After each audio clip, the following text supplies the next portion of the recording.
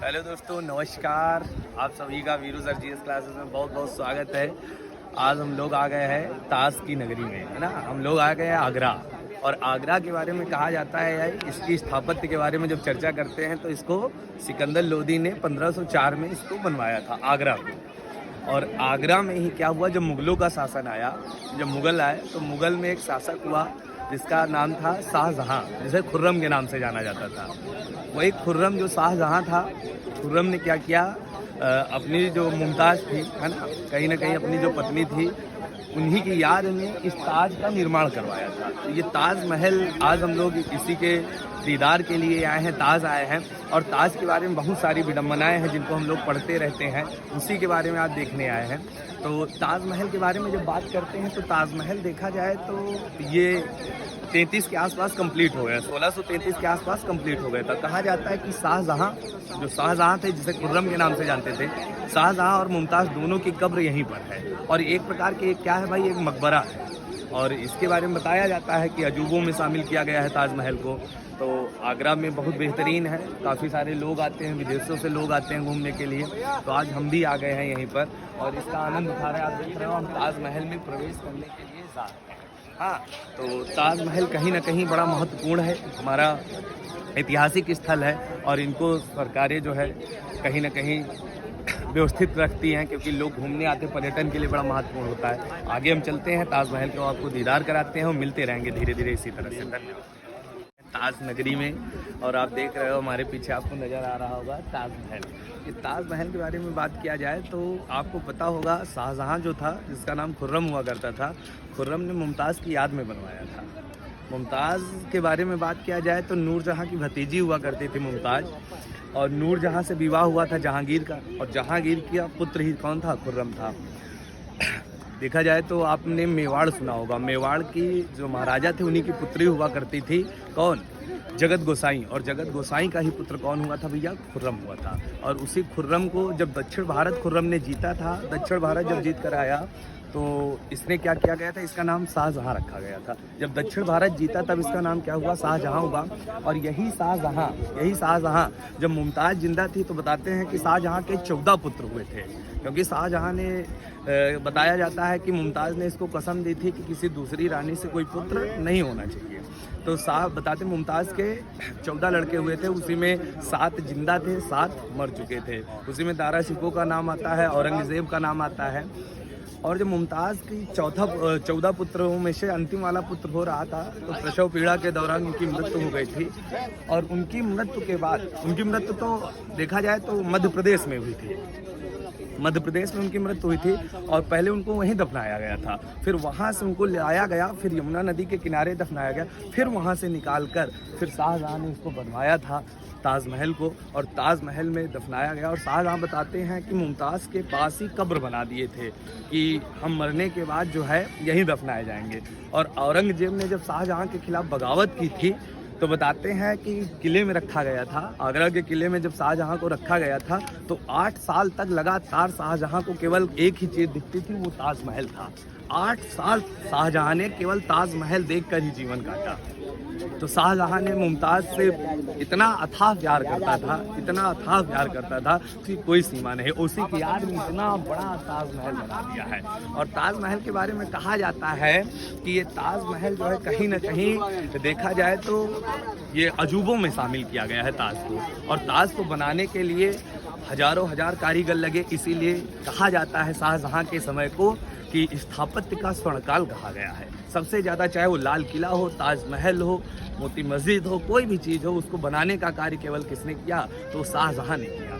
तो शाहजहां बताते हैं जब मुमताज़ की मृत्यु हो गई, मुमताज़ को यहीं दफनाया गया, तो शाहजहां बहुत सारे समय तक, कहते हैं मुमताज़ की याद में बहुत परेशान रहता था। 2 साल तक वो हर बुधवार को सफ़ेद कपड़े पहनकर निकलता था, क्योंकि उसको पता नहीं हुआ करता था कि हम इतना ज़्यादा कैसे क्या हो पाएगा। और उसी समय औरंगजेब ने बगावत कर दी और शाहजहां को कैद कर लिया गया था। उत्तराधिकार को लेकर युद्ध हुए बहुत सारे, दारा शिकोह वगैरह से, तो शाहजहां को कैद कर लिया गया था, 8 साल तक कैद रखा गया था। और उस कैद खाने से केवल बताते हैं कि शाहजहां केवल एक ही चीज़ देख पाता था, वो देख पाता था केवल क्या भाई, तो यही ताजमहल देख पाता था। और 8 साल लगातार इसी ताजमहल को देखते देखते, और उसकी उस समय सेवा कर रही थी उसकी बड़ी पुत्री जहां आरा, शाहजहाँ की बड़ी पुत्री हुआ करती थी, 3 पुत्रियां थी और 4 पुत्र हुआ करते थे, जिसमें सुजा भी होते थे और मुराद भी हुआ करता था, औरंगजेब भी था, दारा सिको था और औरंगजेब ने ही इसको कैद किया था। और बताते हैं 14 लड़के मुमताज़ से हुए थे और 14 में से बताते हैं 7 जिंदा थे और 7 मर चुके थे। तो कहीं ना कहीं आप देख सकते हो कि शाहजहाँ ने मुमताज़ की याद में ताजमहल बनवा दिया, है ना। तो ये बड़ी महत्वपूर्ण सारी चीज़ें हैं। अभी हम आपको और दिखाएंगे। हम आगरा पर आ चुके हैं, आगरा प्रवास पर। 2-3 दिनों तक हम क्लास नहीं ले पा रहे हैं, लेकिन आपको जितना मुगल में हमने बताया है, जितना पढ़ाया हूँ, उन सब चीज़ों का आज हम प्रत्यक्ष रूप से आपको दर्शन कराएं। हजारों हजार लोग विदेशों से चलकर आ रहे हैं इसको देखने के लिए। आप देख सकते हो बहुत सारे लोग यहाँ से चल के आए हैं, अमेरिका से लेके कहाँ से लोग आते हैं, इंग्लैंड से आते हैं। और बात किया जाए, इधर घुमा दो कैमरा, और बात किया जाए तो आप देख सकते हो ये पूरा सफ़ेद पत्थरों से बना हुआ, और ये पत्थर सब यहाँ के नहीं हैं, कई राजस्थान से आए हैं, ईरान से आए हैं, इराक से आए हैं। तो ये पत्थर भी बहुत सारे अलग अलग जगह से आए और इसका निर्माण करना बताते बड़ा कठिन था उस समय, लेकिन शाहजहाँ ने बहुत बड़ा कार्य किया और एक ऐसा ताजमहल बना दिया मुमताज़ की याद में कि आज भी नाम लिया जाता है कि ये प्यार की निशानी है और लोग आते हैं इसको देखने के लिए। तो इसी तरह से हम अभी आगरा का किला आपको दिखाएंगे जहाँ शाहजहाँ को कैद किया गया था, आपको वहाँ ले चलेंगे। मिलते हैं अगले वीडियो में, धन्यवाद। हेलो दोस्तों, फिर हम आ चुके हैं, ताजमहल देख चुके हैं, मुमताज़ की कब्र को भी देख लिया है और शाहजहाँ की भी कब्र को देख लिया है। अब हम आ चुके हैं इसके दूसरे छोर पर जहाँ यमुना नदी बह रही है। ये यमुना नदी वही यमुना नदी है जिसके बारे में हमने कई बार आपको बताया है कि ये गंगा की सहायक है, ये गंगा की सहायक है। और बात किया जाए यमुना के बारे में तो आप जानते ही हो, और यमुना के किनारे ही क्या बसा हुआ है, ताजमहल। आप देख सकते हो कितने करीब से है, एकदम यमुना के जस्ट बगल में ही बनाया गया था ये ताजमहल। और बताया जाता है कि शाहजहाँ को जब औरंगजेब ने कैद किया था तो यमुना के उस पार था। और आप देख सकते हो वो जो दिख रहा है आपको, उधर से थोड़ा सा और दिखाओ जूम करके, वो आपको जो दिख रहा है वो क्या है, यही क्या था, आगरा का किला था। और यही किले में, इसी किले में क्या किया गया था कि शाहजहाँ को कैद किया गया और कैद करने के बाद शाहजहाँ जो है 8 सालों तक वहीं कैद था। और बताते हैं वहाँ कैद जो था, वहाँ से केवल एक ही खिड़की थी जो सीधा कहाँ दिखती थी, ताजमहल के बारे में। और ये आप देख सकते हो ये ताजमहल है। तो शाहजहाँ कहीं ना कहीं इसी को देखकर 8 सालों तक गुजार रहा था। तो बड़ा अच्छा दृश्य है। वास्तुकता में उस समय न मैकेनिकल इंजीनियर हुआ करते थे, न सिविल इंजीनियर हुआ करते थे इतने बड़े बड़े, लेकिन इतनी बड़ी बड़ी चीज़ों का निर्माण करना बड़ा कठिन कार्य था। और शाहजहाँ की जो मकबरा बनाया गया, वास्तुकता में वो नीचे है लेकिन एक प्रतीक के रूप में ऊपर बनाया गया, जिसे हम लोगों ने देखा। और बहुत सारे विदेशी यहाँ घूमने आते हैं और विदेशियों को आप देख सकते हो इधर भी घूम रहे हैं, ये सब है ना। ये कहीं ना कहीं बाहर से आए हुए लोग हैं। यही सब हमारे जो है कोहनूर हीरा को लेके चले गए थे, है ना। आप इनसे कहो हम वापस मांग सकते हैं लेकिन नहीं देंगे, कोई दिक्कत नहीं है। तो आप देख सकते हो बहुत सारे लोग आए हैं दूर दूर से। कहते हैं शाहजहाँ जब इसको बनवा रहा था तो एक ब्लैक ताजमहल बनवा रहा था वो था। अभी आप देख सकते हो थोड़ा सा केवल क्या हुआ था, ज़मीन में ही कार्य चल रहा था।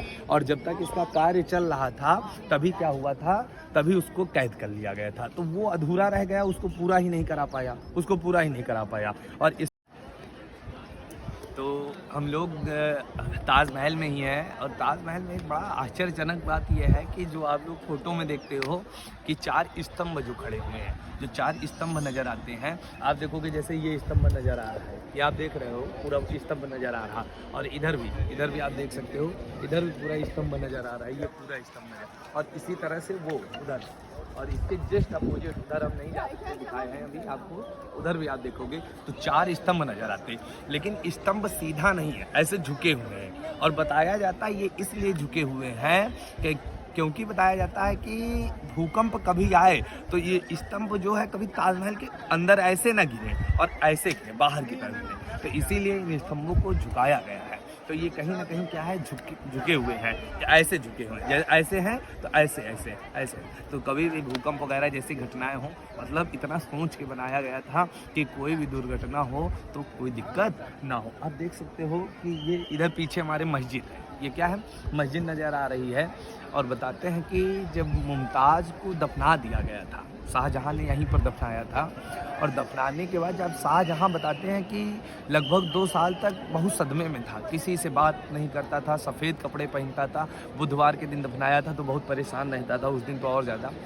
शाहजहाँ इतना ज़्यादा परेशान हो चुका था कि यहीं पर आता था, बहुत शांति ढंग से बैठा करता था। और इधर आप देखोगे तो उसका किला था, वो आगरा का किला जिसे बोलते हैं वो उधर है। और उसी आगरा के किले से एक दरवाज़ा खुलता था यमुना नदी में, और यमुना नदी में क्या करता था, उसी बोट के सहारे इधर आया करता था। तो बोट के सहारे से जब आता था तो बताते हैं कि जब मुमताज़ मर गई तो वो दरवाज़ा भी बंद कर दिया गया था, फिर बोट वाला सिस्टम भी बंद कर दिया। तो इस तरह से आप देखो, जस्ट यमुना नदी, उसके बगल में ताजमहल, बड़ा आश्चर्यजनक होता है कि ये सब चीज़ें वास्तविकता में बहुत बड़ी चीज़ थी। तो बहुत आप देख सकते हो कि शाहजहाँ ने स्थापत्य के क्षेत्र में वाकई बहुत बेहतरीन कार्य किए। और इसके बारे में आपको हमने कई बार बताया है कि शाहजहाँ को जब हम लोग पढ़ते हैं, जब इसको समझने का प्रयास करते हैं, तो भारत में जितनी बड़ी बड़ी इमारतें हैं, जैसे आप लाल किले की बात करोगे, मोती मस्जिद की बात करोगे, जामा मस्जिद की बात करोगे, जो भारत की सबसे बड़ी मस्जिद है, इन सभी का निर्माण कराने का कार्य किसने किया है, तो किसने किया है, शाहजहाँ ने किया। और एक बड़ा मिथक चलता है, वो झूठ ही है, एकदम सरासर झूठ ही मानते हैं हम। मिथक ये चलता है कि ताजमहल को बनाने वाले कारीगरों का हाथ काट दिया गया था। ये बिल्कुल सत्य नहीं है, ये गलत है। क्योंकि ताजमहल का जो कारीगरों ने निर्माण किया, बहुत सारे कारीगर गए, दिल्ली में भी निर्माण किए, तो ये झूठ है। ताजमहल आप देख सकते हो उधर, अभी पीछे हम दिखाएंगे, कहते जो कारीगर बनाते थे, निर्माण करते थे, शाहजहाँ ने उनके लिए बिल्डिंगें बनवाई थी, छोटे छोटे क्या बनाए थे, कहीं ना कहीं छोटे छोटे कुटिया टाइप में बनवाई थी, वहीं पर निवास करते थे, कॉलोनी टाइप में बनाई थी। तो ये सब चीज़ें आप देख सकते हो। मुमताज़ के बारे में कहा जाता है कि 1612 में शाहजहाँ से इनकी शादी हो गई थी मुमताज़ की, और मुमताज़ कोई और नहीं थी, अशरफ खां की पुत्री हुआ करती थी और नूरजहाँ की भतीजी हुआ करती थी मुमताज़। और मुमताज़ के द्वारा 14 लड़के हुए बच्चा। तो ये कहीं ना कहीं आप इस बात को समझो कि मुमताज़ जब तक जिंदा थी वो हमेशा प्रेग्नेंट ही रही, है ना। और बहुत देखा जाए तो 1631 में मुमताज़ को प्रसव पीड़ा के दौरान ही मृत्यु हो गई। 30 घंटे पीड़ा हुई थी, बड़ा कष्ट था मुमताज़ को। कहते शाहजहाँ ने दुनिया के सभी डॉक्टरों को इलाज के लिए लगा दिया था। शाहजहाँ ये चाहता था कि मुमताज़ किसी भी हाल में बचना चाहिए मुमताज़ को, लेकिन 30 घंटे प्रसव पीड़ा के दौरान मुमताज़ की क्या हो गई, मृत्यु हो जाती है। और इस तरह से मुमताज़ के 7 लड़के बचे थे और सातों 7 क्या हुए थे, मृत्यु हो गई थी, मर जाते हैं। तो शाहजहाँ ने मुमताज़ की याद में ताजमहल बना दिया है। ये कहा भी जाता है कि प्यार की निशानी है। और वास्तविकता में यहाँ भारतीयों से ज़्यादा विदेशी घूमने आते हैं, है ना। विदेशी आते हैं, और विदेशी इसलिए आते हैं क्यों, देखते हैं कि भाई हमारे कई मुस्लिम कंट्री से आते हैं, तो उनको लगता है कि इतना अच्छा कार्य किया गया।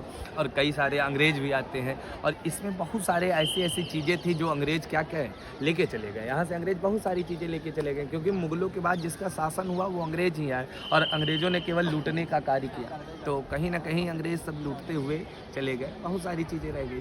तो ये सारी चीज़ें हम आपको दिखा रहे हैं धीरे धीरे। अभी आगरा के किले में भी चलेंगे, और कीटम झील को भी दिखाएंगे, और जितनी भी चीज़ें यहाँ हैं देखने लायक सभी आपको 2-3 दिन हम जो है इसी आगरा प्रवास पर हैं, तो चीज़ों को आपको दिखाते रहेंगे। आप भी आनंद उठाइए, हमारे साथ 2-3 लोग और भी हैं, है ना। बहादुर भी आ जाएगा अभी शाम तक, तो बहादुर से भी मुलाकात कराते हैं, और बाकी हैं, आंसू भी है, कई लोग हैं, तो अभी सबसे मुलाकात करवाते हैं। तो इस तरह से हम लगभग ताजमहल घूम लिए हैं। और मेरे हिसाब से देखा जाए तो वास्तविकता में उस समय जहाँ न सिविल इंजीनियर हुआ करते थे, न मैकेनिकल इंजीनियर हुआ करते थे, उस समय ये सब निर्माण करना बड़ा कठिन था, है ना। तो बड़ा कठिन हुआ करता था। लेकिन अब तो सारी मशीनें हो गई, उस समय ना जेसीबी हुआ करती थी। अब सोचो, हम बताते हैं, अभी यहाँ जो हमारे साथ थे एक लोग बताने के लिए गाइडर थे, उन्होंने बताया कि ये जो ताजमहल है इसके बारे में बताते हैं कि इसकी जो नीचे की, जिसे नेव बोलते हैं हम लोग, नेव भरी जाती किसी बिल्डिंग को बनाने के लिए, वो लकड़ी की बनाई गई थी। अब सोचो कैसी लकड़ी होगी कि उस समय तो यमुना का पानी जलस्तर भी बहुत बड़ा, अब तो बांध बन गए हैं, उस समय तो जलस्तर भी बहुत ज़्यादा हुआ करता था।